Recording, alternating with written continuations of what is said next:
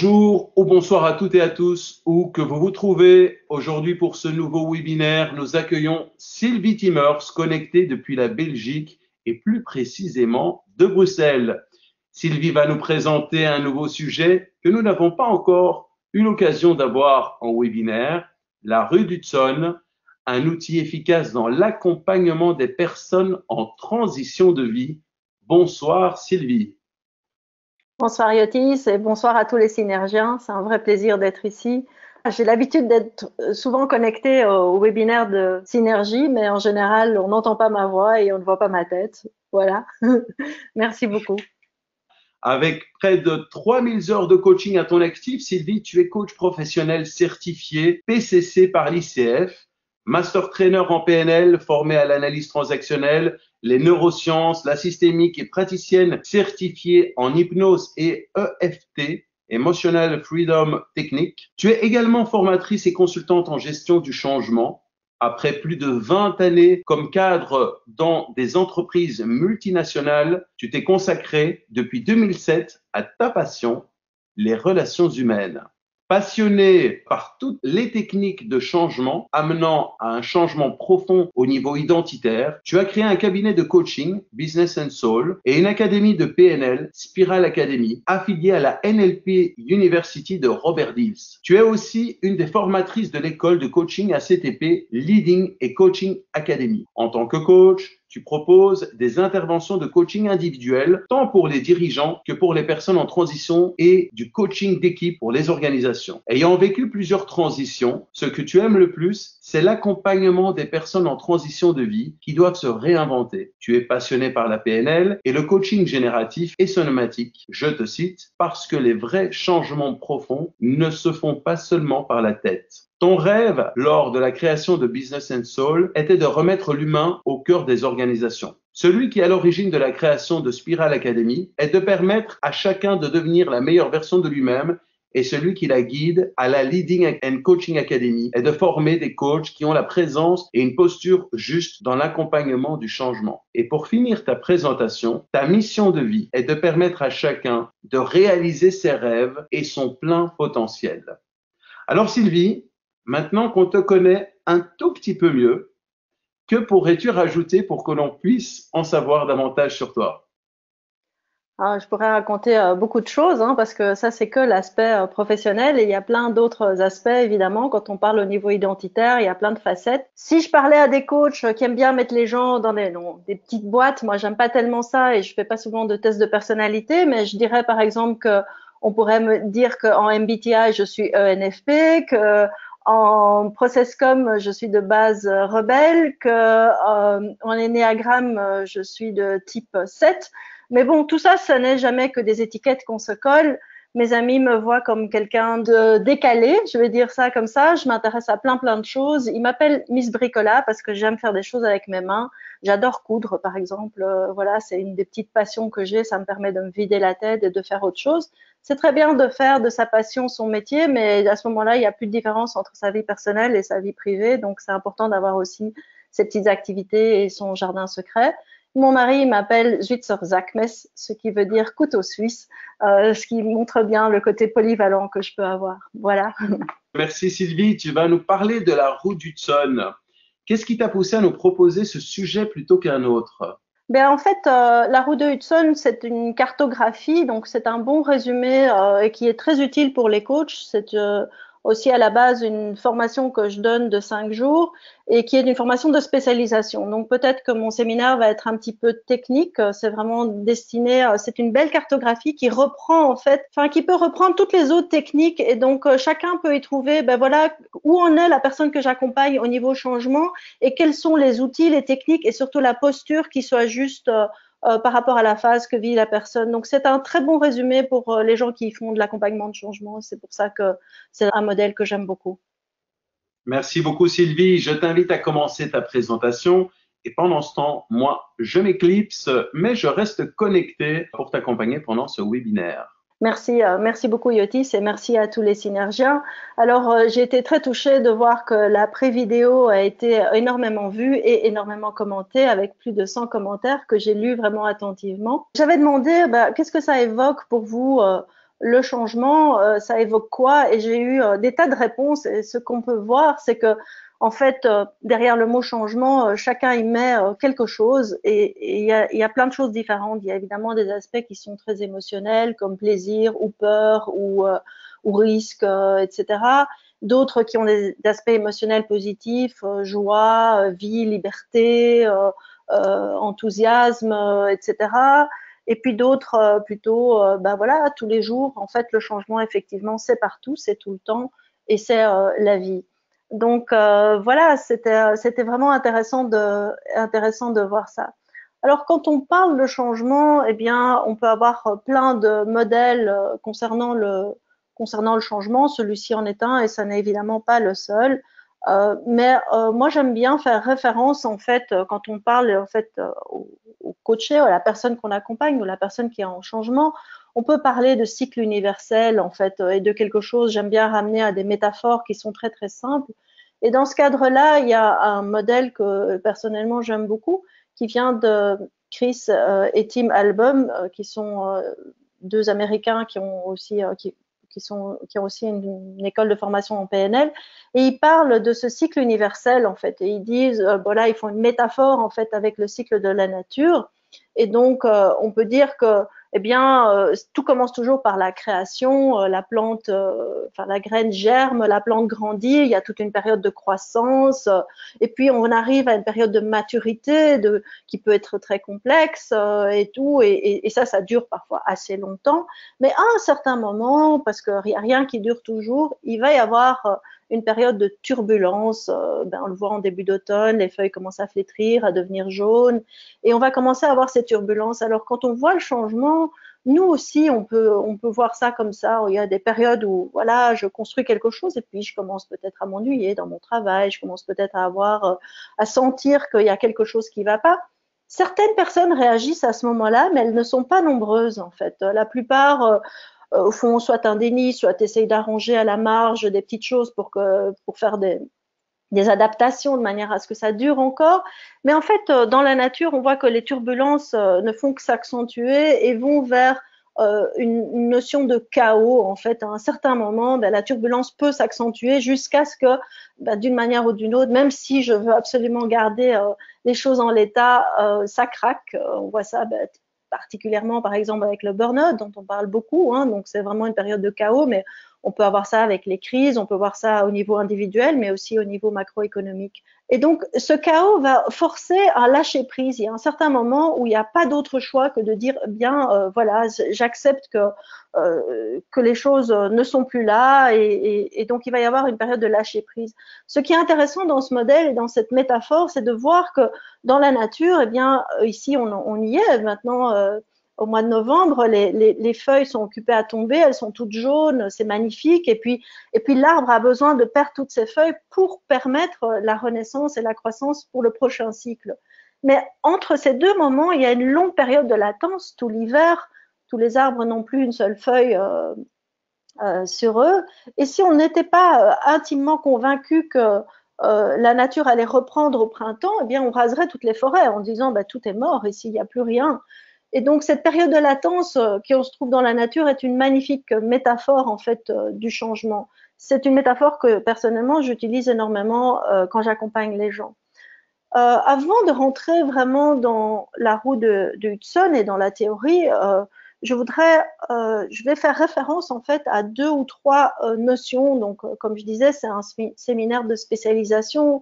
Et ici, je sais qu'il y a au moins 80% des gens qui écoutent ce soir qui sont des coachs. Et donc, je vais faire référence à certaines théories.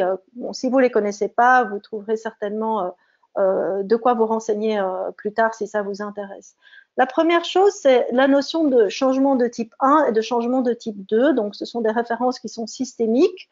Et donc, quand on parle de changement de type 1, on peut dire, on parle d'évolution et on peut parler de notion de homéostasie. C'est quelque chose aussi qui existe dans les cycles de la nature. Hein, donc, tous les gens qui sont biologistes connaissent très, très bien ça. Et donc, ça veut dire qu'il y a des changements, mais qui sont en fait des changements à la marge, qui sont des changements qui sont entre deux bornes, une borne maximum et une borne minimum. Si je prends un exemple, la température du corps, eh bien, c'est viable, notre système est viable entre 36 et 42 degrés. Et quand elle descend trop, je vais avoir des mécanismes de rétroaction pour faire remonter la température.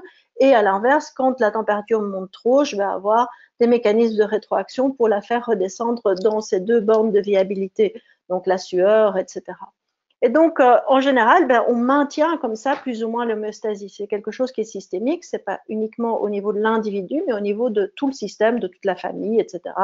On a chacun un petit peu sa place et sa borne. À l'inverse, donc, de temps en temps, il se passe que, eh bien, effectivement, il y a une sortie de route, on va appeler ça comme ça, et on va évidemment partir d'un état plus ou moins stable vers un autre état plus ou moins stable. Donc, on va évidemment, le but est d'aller vers une nouvelle homéostasie souhaitée, peut-être plus souhaitable. Mais ce qu'il faut savoir en systémique, c'est que passer d'une homéostasie à l'autre, donc de faire cette sortie de route, qu'on peut aussi appeler une métamorphose ou une renaissance ou une transformation, eh bien, ça passe par une période de crise. Et ça, c'est aussi quelque chose qui est important à prendre en compte. Quand on parle de métamorphose, on parle effectivement de la chenille qui devient un papillon ou de canettes, de bouteilles en plastique qui deviennent de la laine polaire. Ça veut dire que les propriétés, même l'identité, les fondements chimiques, etc., deviennent complètement différents. Donc, on parle de véritable transformation et de croissance. La deuxième notion auquel je vais faire référence et que beaucoup de coachs connaissent, c'est un des modèles d'un de mes mentors et maître, Robert Dills. C'est d'ailleurs un honneur de le suivre dans ses séminaires de synergie. Et c'est les niveaux logiques. Donc, je ne vais pas ici expliquer en détail ce que sont les niveaux logiques et je pense que la plupart des coachs les connaissent. Mais ce que je vais dire, c'est que si je mets en parallèle les changements de type 1 et de type 2 avec les niveaux logiques, on peut dire qu'un changement de type 1 est un changement qui va concerner les trois niveaux du bas des niveaux logiques, c'est-à-dire un changement d'environnement, un changement éventuel de comportement et un changement de capacité. Et ça va concerner la plupart des changements qu'on a. Ceci étant dit, un changement de type 1, si on prend le cadre professionnel, peut être important. Je peux changer de pays, de fonction, je peux changer de secteur, d'activité et même de statut. Donc, je vais avoir tout à fait un autre environnement, développer des nouveaux comportements et évidemment développer de nouvelles capacités. Et ceci étant dit, je peux toujours rester la même avec mes multiples facettes. Un changement de type 2 est un changement qui va toucher en fait une notion beaucoup plus profonde et beaucoup plus identitaire. Et donc, on arrive dans les niveaux supérieurs des niveaux logiques, notamment l'étage de la motivation, l'étage des valeurs et des croyances. Donc, quand on change, changement de type 2, essentiellement, les valeurs vont changer et les croyances vont changer et aussi sa perception de son identité va changer. Et la question du sens, la question transpersonnelle, c'est-à-dire pourquoi et pour qui d'autre, du sens va aussi évoluer. C'est très important parce qu'un changement de type 2 va forcément impliquer des changements au niveau des capacités puisque mes motivations et les raisons pour lesquelles je prends une ou l'autre décision vont changer. Donc ça, c'est vraiment, je pense, une notion qui est importante. Quand on parle de changement de type 2, on parle de changement identitaire. La troisième notion, et je ne vais pas en rentrer ici et j'espère que vous la connaissez, c'est que je vais parler, quand on parle de posture, je vais parler d'analyse transactionnelle parce que c'est une bonne manière de voir ce qu'on veut dire par la posture, c'est-à-dire par rapport à l'énergie que je mets dans mon type d'accompagnement. Et principalement, je vais parler de parent normatif. Le parent normatif, c'est le cadre, c'est l'archétype du père en modèle très, très traditionnel, mais donc c'est les normes, etc., le cadre. Et puis, je vais avoir le parent nourricier, c'est l'archétype maternel, c'est vraiment prendre soin, être bienveillant, de la douceur, de l'amour, etc. Je vais avoir l'adulte avec son côté rationnel, son côté analytique, son côté réfléchi, qui est capable aussi de peser le pour et le contre, etc. Et puis, je vais avoir l'enfant en moi, et je peux avoir un enfant libre, qui est un enfant spontané, c'est le siège de la créativité, de la spontanéité. Et puis, j'ai les enfants adaptés, soumis ou rebelles. Donc, quand je parle de posture, je vais parler essentiellement en termes je dirais, d'énergie que je vais mettre dans mon type d'accompagnement. Alors, on va rentrer dans le premier sujet et donc, forcément, il n'y a qu'une seule chose qui soit constante, c'est le changement. Et donc maintenant, quand je parle comme ça de changement de type 1 et de type 2, le changement de type 2 étant vraiment un changement qui touche ses valeurs, qui touche son identité, eh bien, ça veut dire que c'est un changement qui fait que on peut pas dire que ça change que sur ma vie professionnelle. Quelqu'un qui vit un changement de type 2, ben, comme ses valeurs changent, probablement que les gens vont le percevoir autrement. Ce qu'il aimait avant, il l'aime plus. Il aime des nouvelles choses. Les gens qui fréquentent, c'est plus les mêmes, etc. Donc ça touche vraiment qui je suis profondément. Donc je vais lancer un premier sondage et je vais demander, avez-vous l'impression d'avoir déjà vécu un changement de type 2? Tout à fait. Nous lançons donc le premier sondage. Avez-vous l'impression d'avoir déjà vécu un changement de type 2? Alors voilà, vous êtes déjà à 85%. Donc, je ferme le sondage ici et je partage les résultats. Avec 85%, c'est le oui, 8%, c'est le non et 7%, je ne sais pas. Ok. Donc, effectivement, une grande majorité répondent oui, et c'est tout à fait normal en fait. Donc, on vit des changements de type 2 dans sa vie. Le premier exemple que je vais donner de changement de type 2 qui va bien situer ça, c'est la crise d'adolescence en fait. Donc, parce que la crise d'adolescence, c'est effectivement prendre possession de sa propre vie, définir ses valeurs par rapport à celles de son éducation et de ses parents, décider de son identité qui n'est peut-être pas nécessairement celle que les parents vous ont collée, l'étiquette ou prescrit, et de donner un sens. Donc, effectivement, on voit que les adolescents, d'ailleurs, ils sont dans un état parfois qui ressemble à des larves, on va dire ça comme ça, mais pas tous évidemment, parfois. Et on voit bien que cette crise dure un certain temps. Après, on peut parler de crise de milieu de vie, hein, la midlife crisis de 40-50 ans. On peut parler de crise suite à différents événements de la vie. Alors, j'avais posé la question quand j'ai, lors du pré-webinaire aussi, de savoir si ce changement avait été endogène ou exogène. Les réponses que j'ai eues étaient très, très balancées. Et effectivement, en fait, un changement identitaire peut démarrer de quelque chose de exogène, c'est-à-dire un événement de la vie. Alors, parfois, ce sont des événements comme une maladie, un cancer, un burn-out, ou bien ça peut être des événements tragiques dans sa vie, donc une expérience de mort imminente, la perte d'un enfant, donc ça peut être des choses qui sont assez tragiques, un divorce, j'ai eu beaucoup de réponses avec divorce, mise à la retraite, départ des enfants, naissance des enfants, etc. Donc ils sont des événements qui sont exogènes, et puis on peut avoir aussi des changements qui sont plutôt endogènes, c'est-à-dire à un moment je sens que c'est plus moi, ça ne me convient plus, j'ai une prise de conscience. Il y a beaucoup de gens qui ont répondu aussi en termes de voilà, j'ai eu tout d'un coup conscience que je ne menais pas ma propre vie, que c'était pas ça, etc. Et forcément, ce changement endogène et cette conscience, si on s'y attarde, va générer des changements exogènes, et à l'inverse, forcément, un changement exogène va générer un questionnement endogène.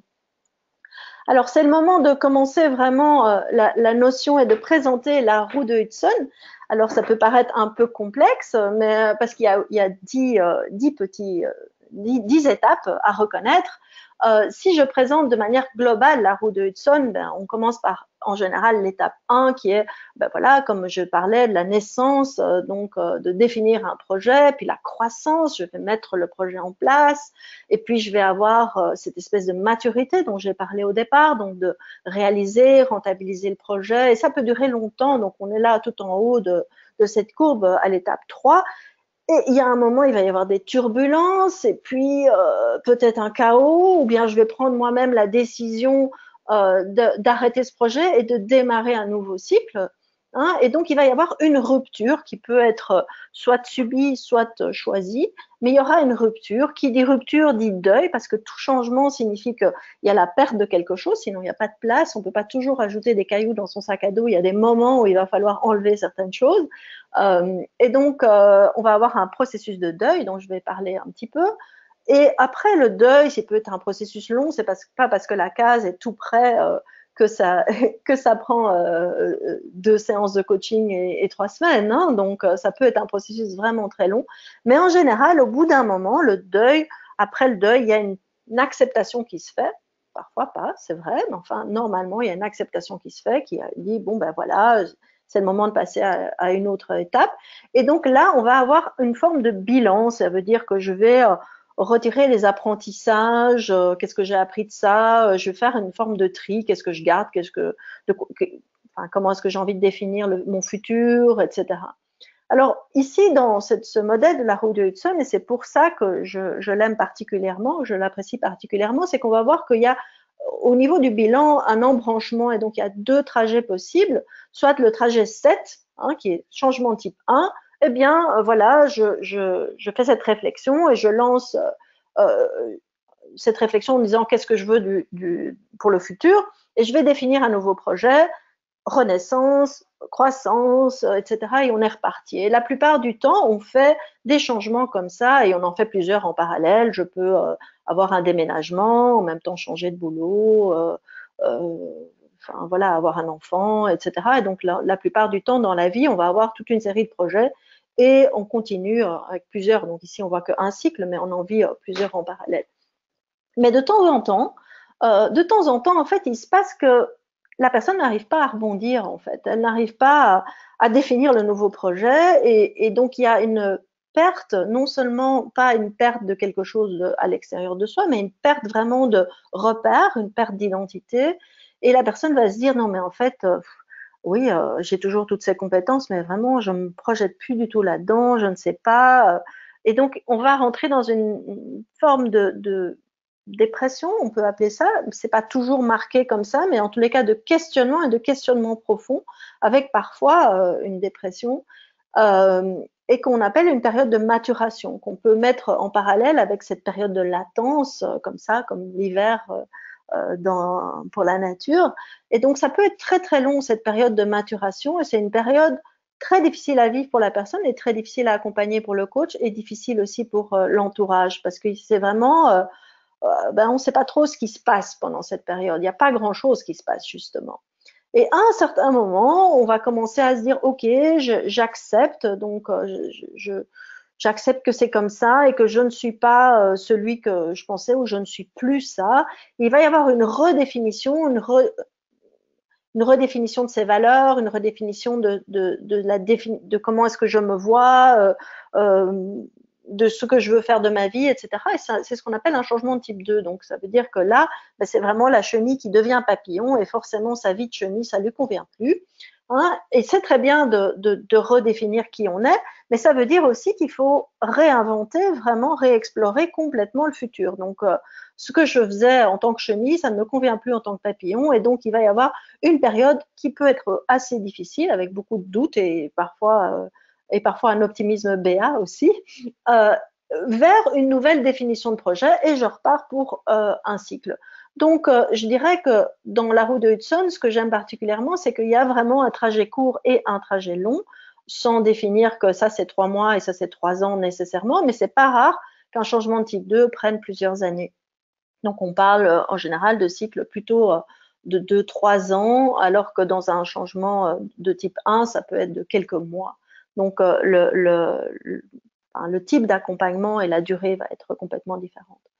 Donc, voilà le modèle. Alors, ce que je propose maintenant, c'est de parler des différentes étapes. Alors, j'ai beaucoup de matière là-dessus, mais ce que je vais faire, c'est que je vais couvrir certaines étapes plus en détail parce qu'elles sont plus intéressantes et moins, on en parle moins fréquemment. Donc, quand on parle de rupture, donc effectivement, elle peut être effectivement déclenchée de manière endogène ou exogène.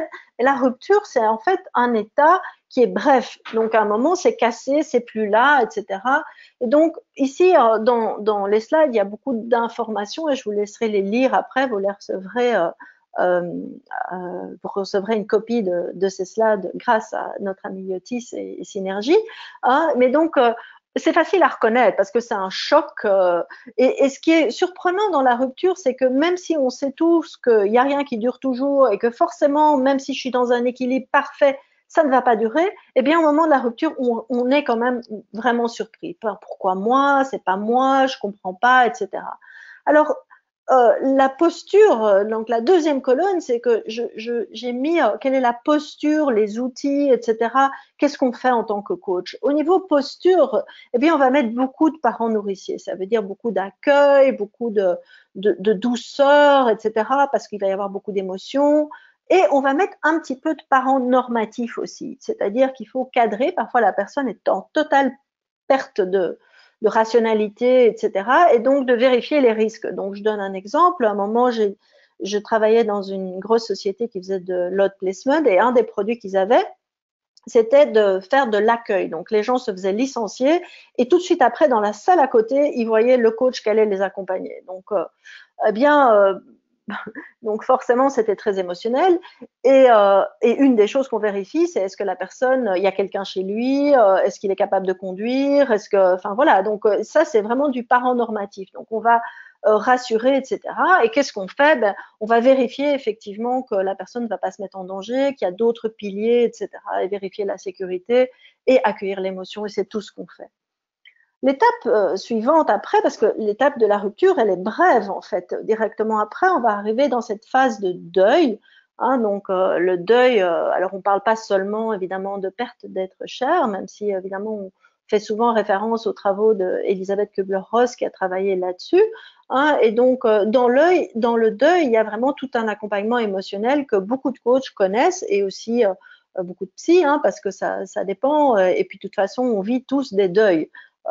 Même, alors il y a une chose que j'aimerais quand même dire et dont on ne parle pas souvent, c'est que même quand on fait un changement désiré et choisi, il y a un deuil à faire qui n'est pas toujours socialement accepté ou acceptable. Mais par exemple, je peux choisir de quitter mon emploi pour quelque chose d'autre et il y a quand même un deuil. Il y aura peut-être le deuil, même dans une rupture, il peut y avoir plusieurs deuils de mes copains, de mon sentiment de connaître ce que je fais, etc. Donc il peut y avoir des deuils même dans des choix qui sont conscients. Si je choisis par exemple de mettre fin à mon mariage, eh bien peut-être que la fin de ma relation amoureuse, c'est une chose, mais il y a tout un deuil de la famille idéale, de tout ce que j'ai construit, etc. Alors, c'est le moment, je pense, de relancer le deuxième sondage. Et donc, je vais vous demander, selon vous, qu'est-ce qui vous aide le plus, qu'est-ce qui aide le plus dans un processus de deuil? Donc, est-ce que c'est le temps, hein, qui est un des facteurs? Ben voilà, il faut que le temps fasse son travail. Est-ce que c'est vraiment vivre et exprimer ses émotions? Est-ce que c'est le support de ses proches, son mari, ses enfants, ses amis, etc. Ou aller voir un psy ou un coach, ou bien ben, vous ne savez pas. Et voilà, le sondage est lancé. Selon vous, qui est ce qui aide le plus dans le processus de deuil? Le temps, vivre et exprimer ses émotions, le support de ses proches, aller voir un psy ou un coach, je ne sais pas. Et vous êtes à 80% et je vais donc partager les résultats. 58% vivre et exprimer ses émotions. 19% le temps, 11% le support de ses proches, 11% également aller voir un psy ou un coach et 1% je ne sais pas. Ok, merci beaucoup pour votre participation. Alors la bonne nouvelle, c'est 1%, je ne sais pas. Donc la communauté d'éco-synergie est compétente. Et effectivement, ce qui accélère et ce qui aide vraiment dans le processus de deuil, c'est l'expression et de vivre complètement ses émotions, ce qui malgré tout fait assez peur. Alors quand j'avais posé justement cette question dans le pré-webinaire, dans cette petite vidéo YouTube, j'ai eu aussi beaucoup de réponses. Et là-dedans, j'ai eu énormément de réponses en disant ben, l'aide de mes proches dans cette période-là, mon mari, me connecter à moi, et beaucoup de gens qui se font accompagner aussi. C'est sûr que c'est multifactoriel. Avoir, enfin, vivre ses émotions, on peut avoir de l'aide de ses proches, et puis malgré tout, se faire aider par des professionnels, ça peut aussi permettre d'accélérer. En fait, tous ces éléments sont importants. Et il y en a pas, enfin, il y en a aucun à exclure en tous les cas. Et malgré tout, ici on est dans une communauté de coach, mais la plupart des gens, naturellement, les émotions ont quand même assez mauvaise presse, je dirais certainement dans les entreprises, alors qu'il y a énormément de deuil dans les entreprises. Vous changez de chef, tout d'un coup, on vous enlève votre projet, on vous refuse une promotion, etc. Et les émotions n'ont pas énormément de place. En fait, les émotions sont toujours bonnes. La question, c'est comment est-ce que je les exprime et quel est le besoin qu'il y a derrière. Donc, voilà. Alors, je vais parler un petit peu donc du deuil, puisque vous avez l'air de connaître ça. Ça va être du coup plus rapide. Donc, reconnaître le deuil, c'est assez facile. Il peut y avoir plein de choses et donc, il y a plusieurs phases. En fait, le deuil est un processus. On peut dire que c'est un processus qui se place entre la rupture et l'acceptation sereine de la rupture. Donc, il y a tout ce processus-là. Et donc, on peut passer par une période de déni, et puis par des périodes de colère, par des périodes de tristesse, de désespoir, de perte de repères, de marchandage, etc., de chercher des compensations. Qu'est-ce qu'on fait? Donc, effectivement, c'est énormément d'accompagnement émotionnel, c'est accueillir les émotions, de travailler vraiment, mais pas prendre l'autre en charge. Donc, c'est important aussi de lui donner cette confiance qu'il a tout en lui, en tant qu'adulte, autonome et responsable, etc. Si on a l'impression que la personne dans le deuil n'est plus capable de se prendre en charge et est en danger, ou si on a l'impression que les autres piliers de sa vie et qu'il n'y a pas de proches et il n'y a rien autour, eh bien, en tant que coach, c'est vraiment le cas où il faut envoyer chez un médecin, un psy, et que la personne ait un autre type d'accompagnement. Donc, c'est important aussi en tant que coach de sentir jusqu'où est-ce que je peux accompagner et jusqu'où ça dépend aussi de comment vous vous sentez par rapport à ça. Mais en même temps, c'est vraiment créer cette intimité et tout en mettant la distance, pas de la distance avec son client, mais je dirais en gardant sa posture. Moi, j'aime bien expliquer aux coachs qu'on forme à l'académie que c'est important de garder sa prise de terre pour pas se noyer avec le coaché aussi. Donc, on va créer le champ, on va créer l'espace pour accueillir l'émotion sans se laisser complètement submerger. Il y a une chose aussi qui est importante, c'est que globalement, on va surtout freiner l'action. Donc, beaucoup de gens, en fait, dans le processus de deuil, ils cherchent en fait ils cherchent des compensations, ils cherchent un remplacement. Donc, il y a beaucoup de gens, quand on leur dit, ben, qu'est-ce qui fera que tu te sentiras mieux? Ah, je me sentirai mieux quand j'aurai trouvé un autre nouveau boulot. Ah, je me sentirai mieux quand j'aurai une nouvelle relation, etc. Donc, on cherche un remplacement. Malheureusement, ce qu'il faut savoir, c'est que s'il n'y a pas de détachement, il n'y a pas d'attachement possible. Et donc, c'est vraiment important de vivre son deuil pour pouvoir recréer un vrai lien d'attachement. Donc, c'est comme ça que c'est dans la nature. Donc, chaque émotion est importante et va nécessiter un accompagnement vraiment émotionnel. De temps en temps, la personne ne sort pas du deuil, elle fait un deuil vraiment prolongé. À ce moment-là, ben, je trouve que c'est intéressant de chercher quel est le bénéfice en fait de ne pas faire son deuil. C'est-à-dire, est-ce que la personne croit que ben, si je fais mon deuil, ça veut dire que c'était pas grave ce qu'on m'a fait, ou bien que je n'aimais pas assez ce que j'ai perdu et donc que c'est oublié. Donc il y a vraiment est-ce que je me donne pas la permission de remonter la pente? Donc il y a vraiment tout un accompagnement au niveau coaching qui peut être vraiment très intéressant à faire.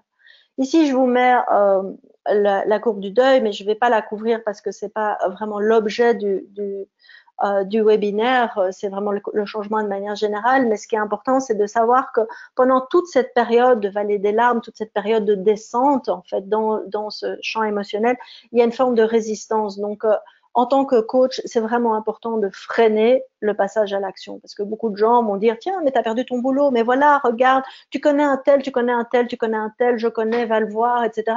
Et beaucoup de gens grillent complètement leur réseau parce que ça se sent quand quelqu'un est encore en deuil. Il peut parler avec colère, il parle du passé, il rayonne pas et personne, si on prend le cadre professionnel, ne va engager quelqu'un qui n'est pas rayonnant et constructif pour l'avenir. Donc voilà, ça c'est pour l'accompagnement du deuil. Au bout d'un moment, il y a une acceptation, puis une acceptation sereine. Alors, ici, on est donc, je montre où on est dans dans la roue de Hudson. Donc, on est à l'étape 5 et on va à ce moment-là, quand on sent que l'énergie remonte, normalement, et qu'il y a une acceptation, on va vers les bilans. Et le bilan, c'est la période de carrefour vraiment. C'est le carrefour entre je vais faire un changement type 1 ou un changement type 2. Alors, je vous préviens tout de suite que parfois on ne le sait pas. hein, et que même nous, en tant que spécialistes et coachs, eh bien, on ne sait pas, et donc la personne peut avoir l'air de faire un changement type 2 et puis quand même faire un changement type 1, ou à l'inverse, elle peut avoir l'air de se diriger vers un changement type 1 et malgré tout être en maturation. Donc, c'est pas comme ça aussi simple que ça. Y a pas, on ne le sait jamais à coup sûr. Mais en tous les cas, on peut voir que quand la personne va vers un changement de type 1, en fait, l'énergie remonte. Donc, l'énergie, la confiance en soi. Donc, après, le deuil remonte. Il y a une espèce d'énergie positive, d'enthousiasme qui va renaître et une capacité de se projeter dans le futur et donc de pouvoir imaginer de nouveaux projets, etc. Alors, c'est la période des bilans, la période où on va en fait travailler sur la connaissance de soi.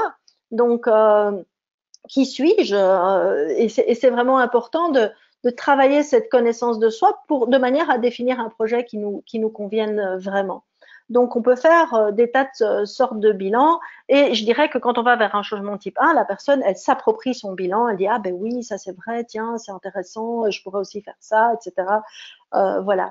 Mais par contre, ce qu'on observe, c'est que quand la personne va vers un changement type 2, en général, l'énergie ne remonte pas.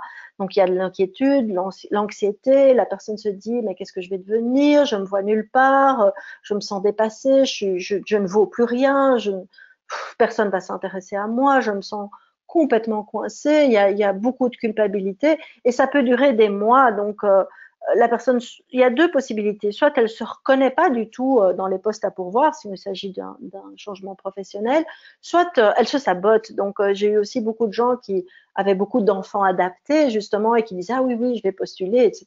Puis en fait, inconsciemment, totalement inconsciemment, elle se sabote parce qu'au fond d'elle, elle n'a pas du tout envie d'y aller, elle va avec des pieds de plomb.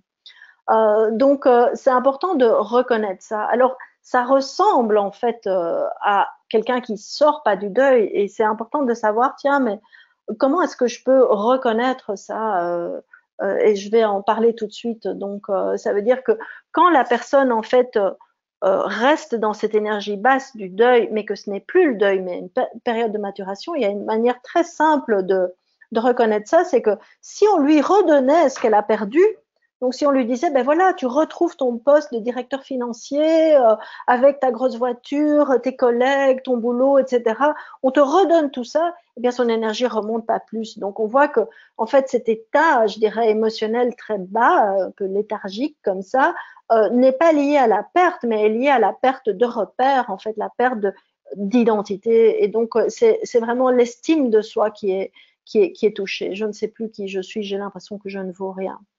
Par contre, quand la personne va vers un changement de type 1 et que elle, elle se reconnaît dans les bilans, on peut faire des bilans identitaires, je parlais de tests de personnalité, MBTI, etc., de bilans de compétences, de bilan managérial, diagnostic de leadership ou même entrepreneurial. Et puis, on va vers un accompagnement beaucoup plus classique pour préparer, je dirais, la campagne et rebondir. Donc, c'est vraiment important. Alors, quand la personne va vers je dirais, un changement de type 2 et une période de maturation, eh bien, en fait, on voit directement que les bilans ne servent à rien. Et donc, il faut arrêter de faire des bilans. Ça sert à rien de dire, mais si, on va faire un bilan de compétences. Oui, ok, je suis compétente dans la gestion de projet, mais en fait, la gestion de projet, moi, j'ai plus du tout envie d'en faire, je me projette pas du tout là-dedans. Donc, ça sert à rien, je dirais.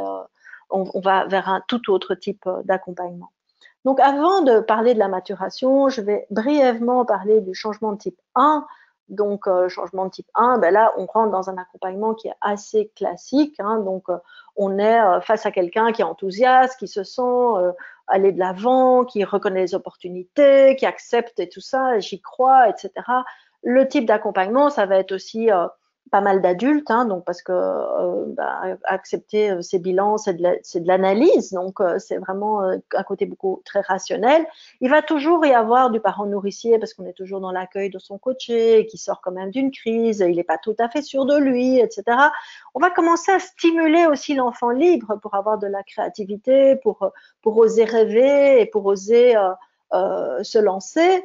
et toujours du parent normatif un tout petit peu pour la sécurité, pour que la personne ne parte pas non plus complètement, d'éviter qu'elle prenne complètement des risques complètement non considérés. Donc on va toujours un petit peu en tous les cas la challenger par rapport à ça. C'est pas nous qui allons dire que c'est fou, mais quand on sent que le côté rationnel n'est plus là chez son coaché, on peut aussi évidemment jouer avec ça et le mettre dans une posture plus analytique. Qu'est-ce qu'on va utiliser en termes d'outils? Si je commence à parler, on peut utiliser un petit peu de stratégie Disney pour ceux qui connaissent. Donc, on va avoir le rêveur, le réaliste, le critique, beaucoup de prise de décision, faire un SWOT, c'est un bon moyen de voir qu'est-ce que j'ai pas, qu'est-ce qu'il y a comme opportunité, qu'est-ce qu'il y a comme risque, et puis faire son CV, le networking, préparer sa campagne, etc. Donc, on part vers un accompagnement totalement classique. Ici, oui, on va revenir à l'étape 1 dont on parlera après quand on aura fait ça. Voilà. Ici, je voudrais parler plus précisément, et si on parle de la roue de Hudson, c'est pour parler de la période de maturation. Et donc, cette période de maturation, elle est franchement assez difficile à accompagner. Et donc, j'ai une question pour vous, parce que je pense que c'est une question, c'est un débat qui est quand même assez intéressant, et donc je voudrais lancer le sondage numéro 3. À votre avis, est-ce qu'on peut choisir en fait de faire un changement de type 2 et aller vers une phase de maturation? Donc, oui, non ou je ne sais pas. Yotis, c'est à toi. Voilà donc le troisième sondage. Alors, selon vous, est-ce qu'on peut choisir de faire un changement de type 2 et d'aller vers une phase de maturation? Première possibilité, oui. Deuxième, non. Troisième, je ne sais pas. Vous êtes vraiment très, très, très rapide aujourd'hui. On est déjà à 80%, donc vraiment, ça va très, très vite. On arrête le sondage ici et voici les résultats. Alors, oui à 56%, non à 33% et 12% pour je ne sais pas. Ok, voilà qui est intéressant en fait, parce que ça dépend ce qu'on parle quand on parle de choix. Moi, je pense pas qu'on puisse faire un choix rationnel et conscient, personnellement. Donc en disant ah tiens je vivrais bien une période de maturation. Non, je pense que ça s'impose à nous parce qu'il y a des signaux physiques et que voilà quand on s'en rend compte probablement qu'on est déjà en maturation et donc en questionnement, en introspection. Ce qui est sûr, c'est qu'il y a certaines choses qui poussent vers un changement de type 2 et la maturation. Donc tout travail qui touche à l'identité va forcément, je dirais, toucher à ça. Ça se voit très bien. Donc, par exemple, à l'académie de coaching, eh bien, voilà, à force de faire 15 mois de formation en coaching, et il y en a beaucoup qui ont fait ça, eh bien, ça pousse à des questions identitaires et on en sort transformé. Tout travail thérapeutique, ceux qui ont fait euh, travail de psychothérapie, qui ont vu un thérapeute, etc., eh bien, effectivement, ils vont probablement arriver vers des valeurs qui changent, un questionnement, un retour à soi plus important. Donc, effectivement, il y a des choses comme ça, certaines formations aussi ou certains événements de la vie. Mais je dirais que dans la plupart du temps, c'est pas vraiment un choix conscient et c'est aussi très douloureux. Donc, voilà. Après, c'était une question plutôt de réflexion, qu'il n'y a pas une réponse comme ça, oui ou non. Je pense que si c'est un choix inconscient, mais c'est souvent les événements de la vie qui vous y poussent, ou la réflexion sur la vie et le regard sur la vie, ou peut-être l'âge. Voilà. Alors, pour ce qui est de la maturation, eh bien, comme je disais, c'est assez facile à reconnaître, mais pas facile à accompagner et pas facile à vivre non plus. Donc, c'est vraiment la personne, ça ressemble à de la dépression souvent, pas toujours, toujours. Hein, de nouveau, comme tout modèle, il y a des limites. Hein, ça reste un modèle et on met des gens dans des petites cases alors que la nature est bien plus riche et complexe que ça.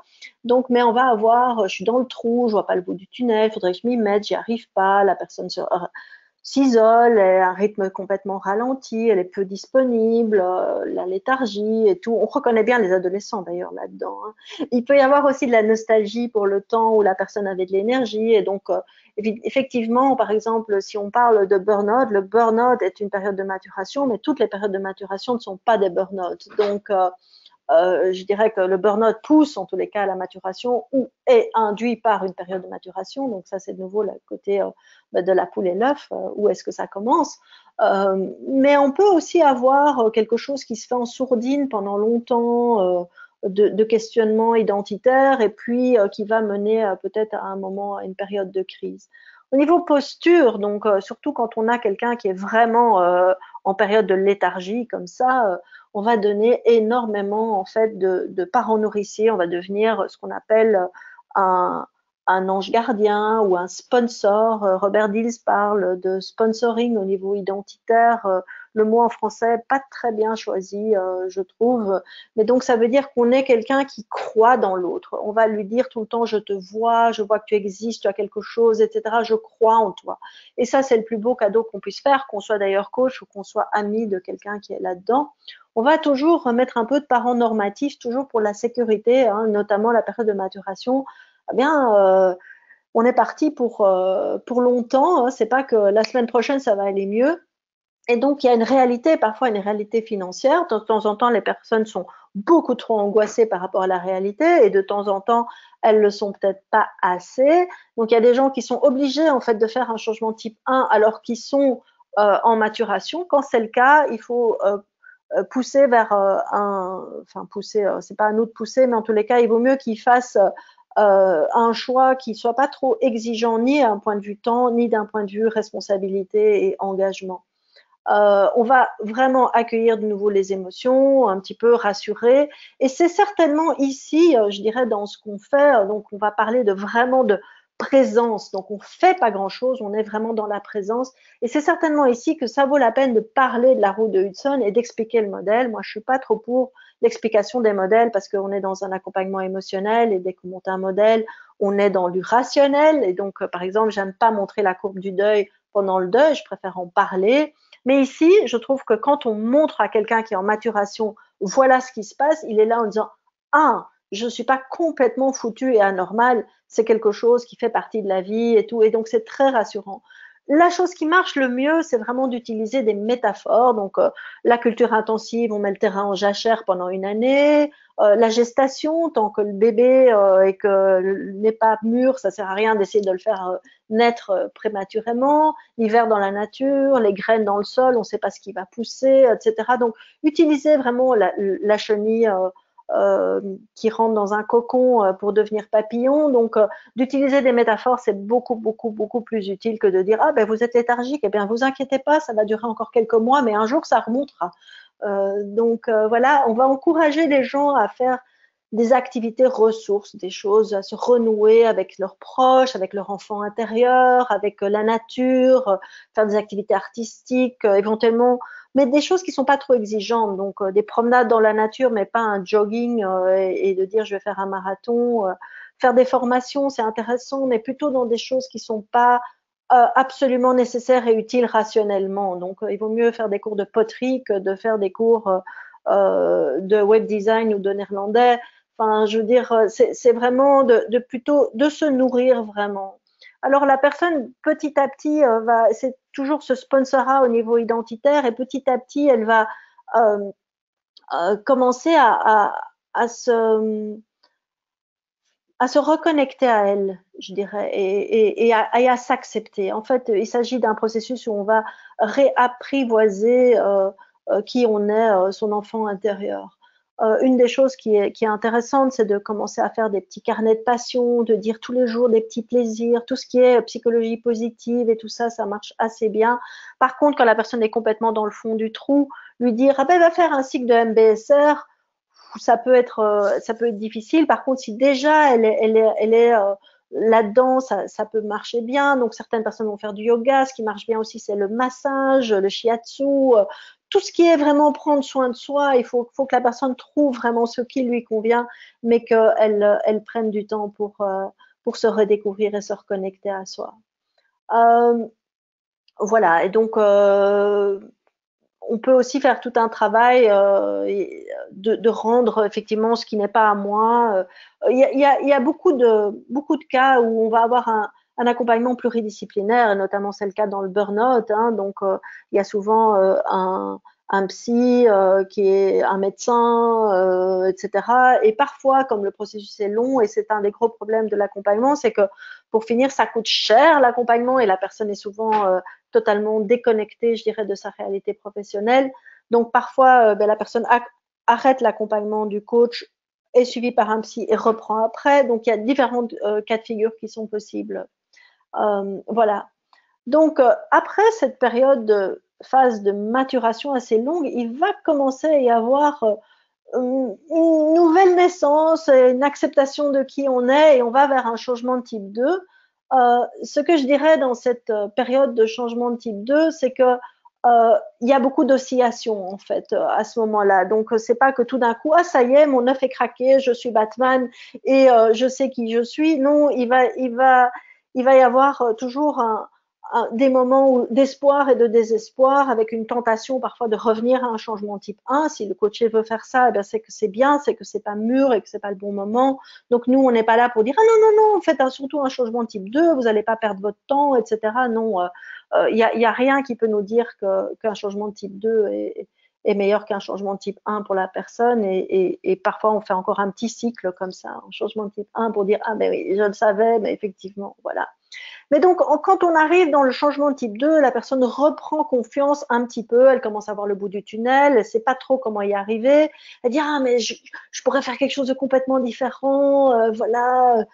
Donc il va y avoir cette espèce d'optimisme béat et désespoir qui est aussi comme ça d'un côté à l'autre.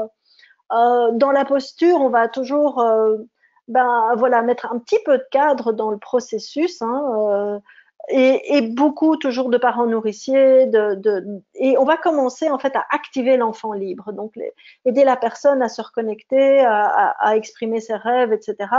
Et puis c'est là où on peut recommencer à faire certains bilans. Hein, donc, on va faire des travaux sur les valeurs, des bilans identitaires, qui est-ce que je suis, des exercices de vision personnelle, des collages, explorer un futur nouveau, rencontrer plein de gens. Il y a plein d'outils aussi en PNL identitaire. Moi, c'est ce que j'aime particulièrement, la matrice d'identité, les niveaux logiques, le voyage du héros, par exemple. C'est une magnifique métaphore et un outil qui est extraordinaire pour accompagner le changement de type 2 parce que c'est vraiment ça. Le coach devient en fait vraiment un sponsor au niveau identitaire. Il n'est pas là pour c'est pas un mentor qui trace le chemin et qui dit ce qu'il doit faire, mais c'est vraiment tu es là, je crois en toi et on va aider la personne vraiment à se redéfinir et à grandir.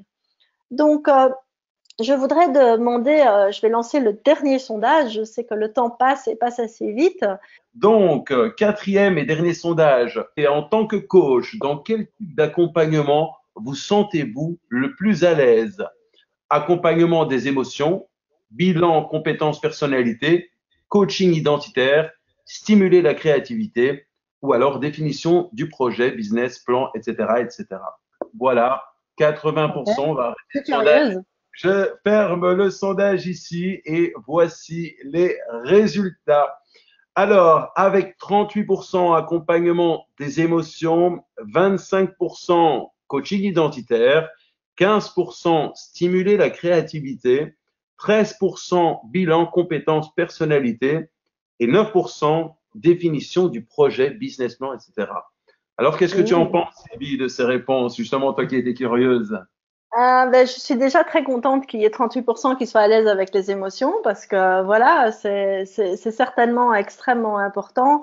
Et en fait, on est tous différents en tant que coach et c'est très difficile d'être bon en tout. Hein, donc on a son style, je dirais, son tropisme naturel et sa personnalité. Et donc, c'est justement ça qui est difficile, c'est que dans un accompagnement comme ça de type 2, on va avoir des accompagnements et des postures qui n'ont rien à voir. Et donc, si je lance ce sondage ici, à ce moment-ci, c'est parce que on va passer en fait dans la phase de réinvention du futur. Et quand on parle de réinventer le futur, eh bien, on est dans un accompagnement qui n'a absolument rien à voir par rapport à la phase de désapprentissage, la phase descendante, où c'était beaucoup d'accompagnement de parents nourriciers, d'accompagnement des émotions, etc. Et ici, on va vers un accompagnement qui n'a rien à voir. Et parfois, c'est d'autres coachs aussi. Et je pense que c'est important aussi de se dire, tiens, mais en quoi je suis bon, en quoi je suis pas bon, et comment est-ce que je peux envoyer éventuellement ailleurs ou trouver des ressources ailleurs. Donc ici, quand on parle de réinventer le futur, on va être dans on va sentir chez la personne de l'optimisme, de l'espoir. Je vois la vie est belle, je pourrais faire quelque chose de complètement différent. Parfois, les gens sont pas du tout réalistes non plus, hein, donc, mais réalistes ou pas, ça c'est une question de carte du monde. Donc, il faut pas être piégé non plus par ses propres limites. Mais en tous les cas, ici, on va beaucoup encourager la créativité. Il y a des coachs qui sont vraiment très, très bons pour stimuler la créativité et d'autres qui sont moins à l'aise avec ça. Et donc, voilà. On va donc mettre toujours du parent nourricier et beaucoup d'enfants libres et un peu de parents normatifs aussi. Il va y avoir des moments aussi, il y a quand même une structure et un processus à suivre parce qu'il va y avoir aussi des périodes de doute, une envie de revenir en arrière, l'impression qu'on n'avance pas, que toutes les portes sont fermées, je voudrais mais je peux pas.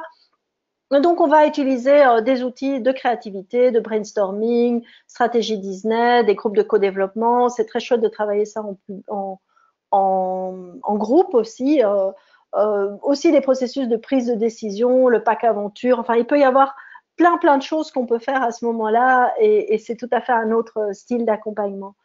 Je vais bientôt terminer, donc je voudrais juste rappeler où on est à l'étape 10 ici, et on va revenir vers l'étape 1, en fait, qui rejoint en fait le trajet de euh, du changement de type 1 et de changement de type 2, où là, on va effectivement formuler le projet.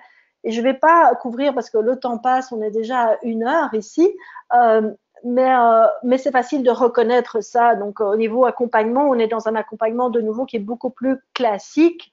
Hein, et une des choses qu'on fait, par exemple, quand on accompagne quelqu'un, c'est qu'on va le pousser à formuler son projet et à en parler autour de lui, à trouver des gens, à les rencontrer, à trouver des modèles, des gens qui l'ont déjà fait, rencontrer des experts, etc. Et donc, il y a plein de choses qu'on peut faire. Il y a plein d'outils. Hein, donc, il y a toujours les visualisations, ambitions, des outils de storytelling, business model you, des études de faisabilité.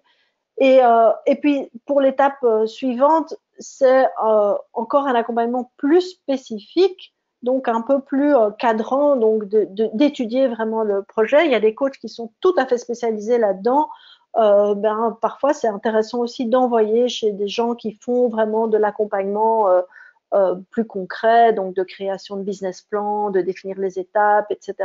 En tant que coach, on peut aussi laisser la personne chercher ses ressources à l'extérieur et rester comme quelqu'un qui accompagne de loin en loin, mais qui accompagne la personne. Ce que je voudrais dire, c'est que un changement de type 2 est long et que à beaucoup de moments, la personne a envie d'arrêter l'accompagnement et c'est important, même si on éloigne et on espace les rendez-vous à certaines périodes, de garder un rendez-vous suivant parce qu'en disant oui, ben là, je vois où je vais, je vous recontacterai. Les gens ne recontactent pas ou le vivent comme un échec parfois.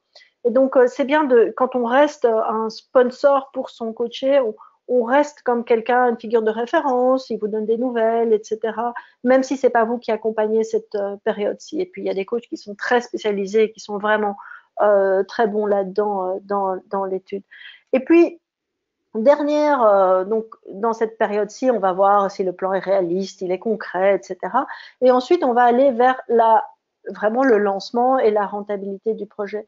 Il y a une chose qui est très importante au niveau coaching, c'est d'apprendre à ses coachés de se fixer des objectifs petits, réalistes, et de leur apprendre à célébrer leur réussite. Donc souvent, ils ont comme ça un objectif, surtout les perfectionnistes, et je suis sûre que vous en rencontrez beaucoup. Hein, donc, soit ils se mettent des objectifs, ils y arrivent, puis non, ils voient l'objectif suivant, ils célèbrent pas. Et donc, ça, c'est une des choses aussi, c'est d'apprendre à nos coachés que dans un projet, on coupe le projet en plus petites phases et puis étape par étape. Et une des étapes du projet, c'est de boucler, de célébrer la réussite.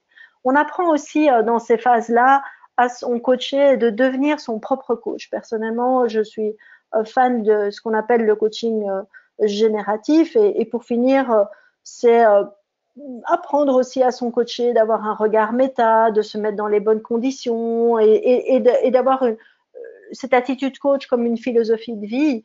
Et donc, de lui apprendre à se donner du feedback, de lui apprendre à avoir un regard qui soit bienveillant sur ce qu'il fait, même s'il y a des actions correctrices à prendre, de voir les échecs, de les recadrer en apprentissage. Tiens, qu'est-ce que j'ai appris? Que c'est quoi la prochaine étape, etc. Donc voilà, je vais terminer cette présentation ici par juste un tout petit récap en disant mais qu'est-ce que vous devez retenir de tout ça. Donc je vous ai noyé d'informations pendant 1 heure. La première, c'est que tous les modèles sont faux par essence, mais seulement il y en a certains qui sont plus utiles que d'autres. Donc il ne faut pas prendre ces étapes comme quelque chose de linéaire et comme quelque chose de ah ben je vais vérifier dans quel cas se trouve la personne. Tiens, est-ce qu'il fait un changement 1, changement 2. Donc c'est une cartographie pour pouvoir surtout savoir quelle est la posture juste et qu'est-ce que je dois utiliser. Qu'il y a une seule chose qui compte, c'est d'observer son coaché et de sentir, d'utiliser tous vos sens, d'utiliser votre observation et votre intuition aussi. Qu'on peut être en même temps en maturation et faire un changement de type 1 en parallèle, ça arrive aussi. Donc ça, c'est aussi, je pense, important de le savoir. Il y a des gens qui sont en maturation et ils font un changement de type 1, donc c'est pas que c'est ou, il y a parfois et surtout qu'un changement 2 n'est pas un bon changement et un changement 1, un petit changement qui vaut rien. Donc, il y a des changements 1 qui sont très bien et très bons. Et donc, en tant que coach, il faut certainement pas pousser vers un changement 2.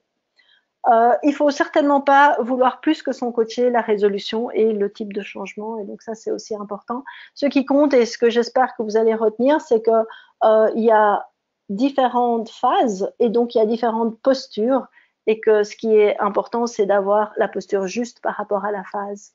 Voilà.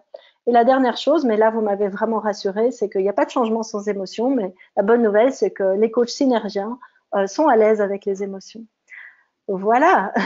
Je vous remercie vraiment beaucoup. Je remercie à Synergie et à votre écoute patiente et attentive. Alors, un grand merci, Sylvie, pour cette belle présentation.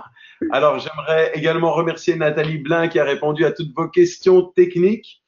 Nathalie Blin, où es-tu? Comment ça s'est passé?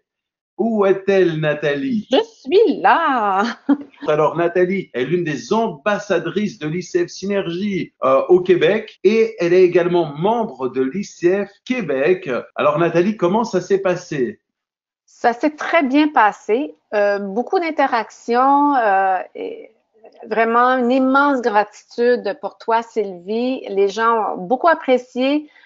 Oui, c'était dense, mais le rythme convenait pour la plupart des gens. Ils n'ont que hâte d'avoir la présentation. Donc, c'était vraiment que des commentaires positifs.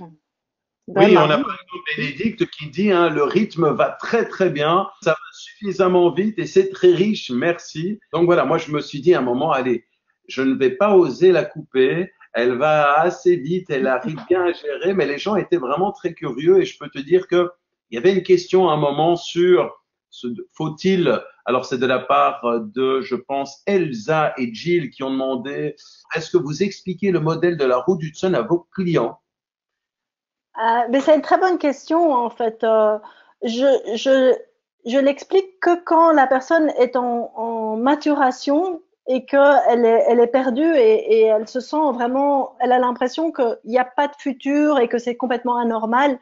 Et donc là, oui, je l'explique. J'explique vraiment et en général, ça leur fait énormément de bien. Parfois, c'est intéressant aussi de l'expliquer à l'entourage des gens euh, qui ont quelqu'un qui est en changement d'eux dans leur entourage, de dire ben voilà ce qui se passe en fait. La personne elle est en période de transformation. Et donc oui, je l'explique sans tous ces détails techniques évidemment de posture. Une autre question de la part d'Odile. J'aimerais savoir si vous avez des références de lecture que vous privilégiez dans les transitions ou encore plus simple, y a-t-il un livre qui parle de la rue d'Hudson? J'ai cherché, je crois qu'il y en a un qui est sorti il y a pas très longtemps. Je l'ai commandé, je l'ai jamais reçu. Donc non, pas directement. On en parle dans certains morceaux et certains articles, mais je peux en parler. Par contre, il n'y a pas de livre qui parle vraiment d'accompagnement. Peut-être que je devrais l'écrire. C'est dans mes rêves. Bon, après, j'en discuterai avec toi, Yotis. Alors, Donc voilà. Nathalie, quelque chose pour conclure par rapport à ce qui s'est passé pendant le webinaire? Ah bien, moi, ça m'a permis de réaliser, dans le fond, que je venais d'accompagner une équipe qui venait de vivre dans qui sortait à peine de la vallée des larmes. Donc, ça m'a permis de comprendre, dans le fond, une dynamique d'équipe. Ah, tout à fait. C'est très important comme remarque. En fait, un changement de type 2 n'est pas que individuel. Donc, on a effectivement des équipes ou des entreprises ou des organisations ou parfois même des pays qui vivent des changements de type 2. Et donc, il y a tout un type d'accompagnement, je dirais, individuel et collectif. Quand moi je donne les formations sur le changement, la roue de Hudson, donc, eh bien, je demande tout le temps aux participants qui est face à des groupes et qui est face à des individus parce que les outils sont pas les mêmes. Voilà. OK. Nous vous remercions d'avoir assisté à ce webinaire. Je vous rappelle que vous retrouverez les slides de ce webinaire sur nos réseaux sociaux et plus précisément dans nos groupes Facebook et LinkedIn. C'est là que vous retrouverez également les liens pour nos prochains webinaires. Nous espérons que vous avez aimé ce webinaire et qu'il vous a donné l'envie de découvrir ce modèle pour votre pratique de coach. Alors, vous avez aimé ce webinaire, mettez un petit pouce bleu juste en dessous de cette vidéo. Vos amis n'ont pas pu assister à ce webinaire, cliquez sur partager pour leur envoyer la vidéo et leur permettre aussi de découvrir la roue d'Hudson. Vous voulez être informé de la mise en ligne de nos nouvelles vidéos, abonnez-vous à notre chaîne YouTube et cliquez sur la petite clochette. Au nom de toute l'équipe de l'ICF Synergie, je vous dis merci. Je vous souhaite à toutes et à tous une bonne journée ou une excellente soirée où que vous vous trouvez. Et Sylvie, je te laisse le mot de la fin. Je voudrais vraiment vous remercier l'équipe de Synergie. Je trouve que ce que vous faites est fantastique. En préparant ce webinaire, j'ai regardé aussi pas mal de replays, même si, bon, forcément, j'en suis beaucoup, mais j'en rate aussi certains. Et c'est une mine d'informations. Je me sens honorée d'avoir pu participer à ça. J'espère de tout cœur que ça a été utile. Et ce que j'aimerais, c'est que vous reteniez vraiment le modèle global. Et puis, vous allez avoir vos propres outils, même si, voilà, moi, j'en utilise certains, j'en enseigne certains, mais il y en a aussi plein d'autres. Et c'est pour ça que j'aime bien, c'est un canevas global. Voilà, donc merci vraiment à tous et je suis tout à fait disponible aussi pour, dans la mesure, évidemment, si vous m'envoyez 3000 emails, ça va être compliqué, mais à répondre à vos questions. Je pense qu'il y a un chat aussi, je ne sais pas si Iotis, on va l'ouvrir ou pas. Vous avez aussi mes coordonnées là sur le dernier slide, donc prenez contact avec moi si vous le voulez. Une dernière chose que je peux dire, c'est que j'écris aussi beaucoup d'articles en fait sur mon blog et donc sur ces sujets-là et sur d'autres, j'essaye toujours de mettre du contenu et de partager. C'est une des choses. En fait, j'ai pas dit, mais ma mission de vie, ma vraie mission de vie, c'est de donner de l'amour. Mais bon, ça se dit pas comme ça. Et donc voilà, j'espère avoir de la générosité et que ça vous fait plaisir. Quel est le blog exactement? C'est businesssoul.be? C'est lequel ton blog? Ben en fait, les deux. Donc, c'est récent que j'ai créé Spiral Academy. Et donc, les articles qui sont plus au niveau de la PNL se retrouvent sur Spiral Academy et celles qui sont plus au niveau coaching sont Business and Soul. J'ai créé une newsletter par mois où je poste des articles qui est commune en fait aux deux. Et donc, chaque fois, je vais sur l'un ou sur l'autre vous abonner à la newsletter et je poste chaque fois les nouveaux articles donc qui sont toujours sur l'accompagnement du changement, d'autres types, voilà, des choses. J'ai écrit des articles sur la roue de Hudson, par exemple. Voilà. Merci beaucoup, Sylvie. Au revoir à toutes et à tous.